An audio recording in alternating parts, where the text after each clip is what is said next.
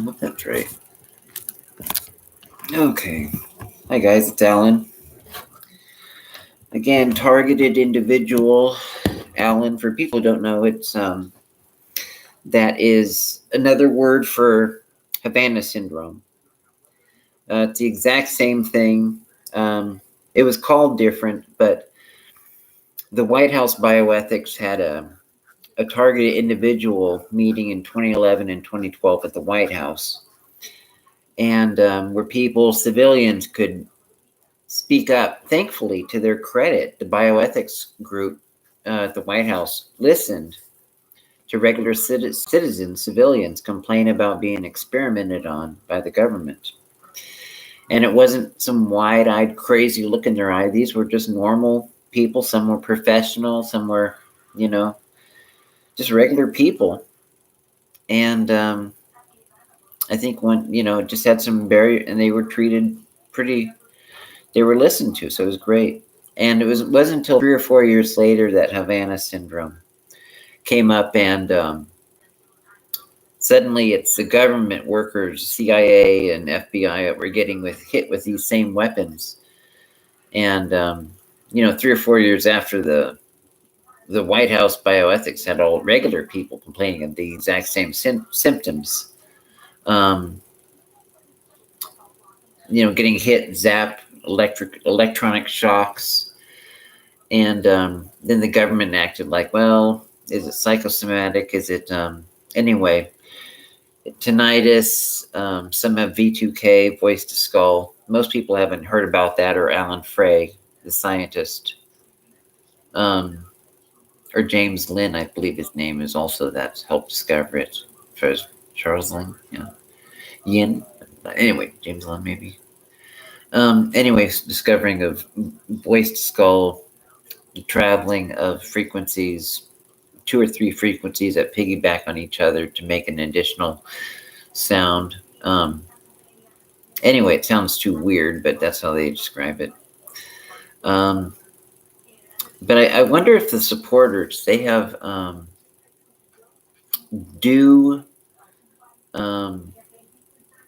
don't know, podcasts, but supporters like I wouldn't say they're podcasts, but the White House or the government have where you can buy, they have stockholder meetings and things like that. They have that for people that are professionals, directed energy weapon professionals that get money and are interested in the science and the technology, I guess, to go after enemies. But sometimes to experiment, they just find a random. It was bad enough when they did it to criminals, hardened criminals, but they've been doing this to regular people. I was 14, didn't get an answer, nobody asked me. And I don't know if they tell these supporters like that this person was this. It's like, no, I never heard any. I just never did. I was studying for the ministry when they did this to me at 14. I mean, there's 3 more years before I went to Bible college, but anyway, it was another 30 years before I found out what it was, or that it had names for it and people were part of it. And the thing is like, you let people know, but then they'll try to make you feel, because it's still going, I still want to, and I will, and I'm making videos and doing, but everybody knows we should do more because it's still going on, but they don't know if they will just keep going no matter what anyway, because of the money, but the embarrassment and the evilness of it, and that they're still doing it, and now people know about it, Havana syndrome. And it's kind of like when Bernie Madoff kept doing what he was doing to people, and Harry Markopolos, the guy who finally was trying to help capture Bernie Madoff. He went to the SEC 3 times or 4, one of them, 3 or 4 times, with all the evidence. And he knew what he was talking about. He did his homework. And Harry Markopolos was like, look, this guy's running a Ponzi scheme. He had the evidence. He was great at calculus. And here's the evidence. And he sent it to the people that were supposed to do it, the SEC. Not once, not twice, but 3, 4 times in different years and just ignored. And if it was a 5th time, would it be ignored again? We just know it's still going. So the impetus is whether guilt, but we still are going to try to, whether it's making videos or contacting, but then when you're part of it, you realize they do detour your mail. Like if you do it to senators, send mails, a couple times I get something back claiming to be from an office, but other times I haven't gotten anything back claiming to be from anybody. I've gotten nothing back. Other times I've gotten stuff back claiming to be from a senator's office, and other times it's like you get like a FOIA request and you're sent it into the FOIA. It's actually in the name FOIA office, but then you find out like last week how the NIH, National Institutes of Health, have been screwing with the FOIA so that even when you do it right, they put, instead of where somebody with an S in their name, they put $signs, so that you have to put $signs in your request to get the actual FOIA results. So they're purposely trying to screw with you to where even when you do everything right, they try to work around. Oh, well, there's not, where there's S's, there's supposed to be $signs. So I guess we can't give you the actual stuff you're looking for because technically it's not Mr. Smith, it's Mr. $sign Myth, instead of Smith. So that's how they get around. So we're not dealing with honest, we're dealing with people trying to deceive. And that's something we know. And if it's in one federal department, that's how they do it in the other ones. Because one DARPA guy was saying, I don't know how true it is, but Rand Paul was saying a whistleblower from DARPA was saying 13 out of 15 federal agencies were given the chance to go in on COVID. 13 out of 15. And this guy was from DARPA. And, but it's like, it's like, why didn't they or the other people let them know? How many thousands of people are in these federal agencies? How many? How many people could have been the next Harry Markopolos? It's like the NSA had 2 or 3 people that I can think of. You have Snowden. You have, the guy who, I'm sorry to this wonderful person that became a lady. I just forgot the name, but wonderful person. And decided the American people were worthy of being helped and sacrificed for, and put his life and neck on the line. And even when he was going through stuff in his head and emotions, and I'm really sorry that I forgot right now the name, but you got Snowden, and then you got anyway, the man that he became. I'm really sorry about the name, but just slipped. I think there was another person too. But how many people are in the FBI? How many people are in the NSA? How many people are in all these Fed groups? I know they do non-disclosures, but when it's the Constitution, when it's the safety and the privacy of the American people, what is sacred? Is it your job or the Constitution? Is it the people? Or are the American people going to be viewed as almost like the Palestinian people, just being blown up? And it's a horrible way to put it that way, but the way that people, at least, and I'm not trying to get into all this thing, but it's a bad thing when it's blowing up people. Anyway, it's another discussion. So I just don't like, regardless of color, religion, or innocent people being blown up. I know sometimes it can't be helped, but sometimes it seems, anyway. I wouldn't want it to happen to people working in the federal government or the NSA, just because I don't like torture. I don't like cruelty or torture, no matter who it is.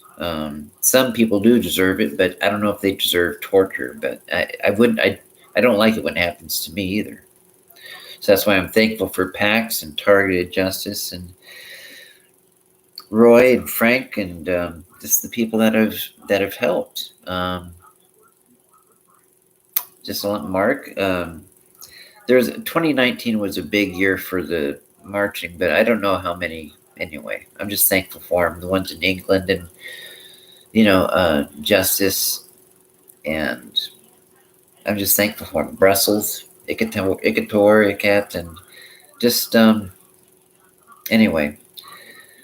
I think sometimes these supporters of these non-lethals are lied to and say, "Oh, they are doing this all the time. They could turn this off anytime they want, but they just don't." I mean, all these years and decades, they've done it about 10, 11 times for a few hours. That's how I know they can do it. And I want them to turn it off. They haven't learned anything new in data. They haven't learned any moral lesson, or I've always been a pretty decent person. I don't know what data is going to be learned from, me. It's not a scientific thing. I mean, I have free will, but even then, that's an issue that people, well, like, it's like lying. Can a person choose not to lie? We all know it, but once you try to, philosophically, they'll always end up in a tautology anyway. So I won't go into a big philosophical thing about it, but anyway, just please turn it off. Law-abiding person, and even then, people that are prisoners shouldn't have it done to them. Why did I get this worst type of? I don't want to use type Calvinism, but please, the worst type of thing possible. And I wish the Christian people or humanist people, whatever the people are that are doing this, if they call themselves transhumanists or Illuminati, or even if they're evangelicals or Catholics or Muslims or Freemasons, I just pray that they would have some compassion on me and the other TIs. I just wish it's been it's just, we just want some compassion. Tell me what to do, what letters, or to do this and that. And because I've already written senators, did FOIA requests, went in front of the city hall, wrote something in chalk so that they would do it 2 months before the pandemic broke out. And I warned people in Dallas, told a courtroom full of people about target individuals, and, written different senators, everybody from the Havana syndrome group, all certified male, all the senators from that, just lots of different things and people, and just letters to different important groups and FOIAs from the government, and called and made phone calls, and different Jordan, and just a bunch of different people. Obviously can do more, but you start feeling like Harry Markopolis, where you're warning people about Bernie Madoff. You are doing what you're supposed to doing. They're supposed to do this, but it's like the SEC, and it's just like, we did what we're supposed to do. And please, even PETA, thank God that they exist to protect animals. Can somebody please protect us?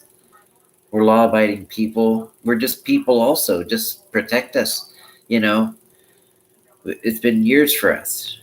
And everybody knows it. It was so embarrassing they had to invent this Havana syndrome and blame it on Russia. I'm not saying those government people, they might be, and I hope they get listened to and believed, because civilians, we know what it's like. So I'm glad that the government workers voice their opinion and put it out there on the news so that people can know about it. And I'm thankful to these people that have done this. So at least people have heard about it. So, and I encourage them, and I hope they get the help from Mark Zaid, the lawyer. I did ask him too, but he said, and he just simply said that right now they're just helping the government workers, because it's, I don't know, but at least he's helping them. So thankfully, about Havana syndrome, because it's the same thing. So as target individuals. So Anyway, I'll talk to you guys later, and we'll keep our chins up, okay? And I'm thankful for Derek and Pax and Justice, and anyway, I just hope you guys have a great week, okay? And Anna and the whole groups. So, all right, I'll talk to you later, okay?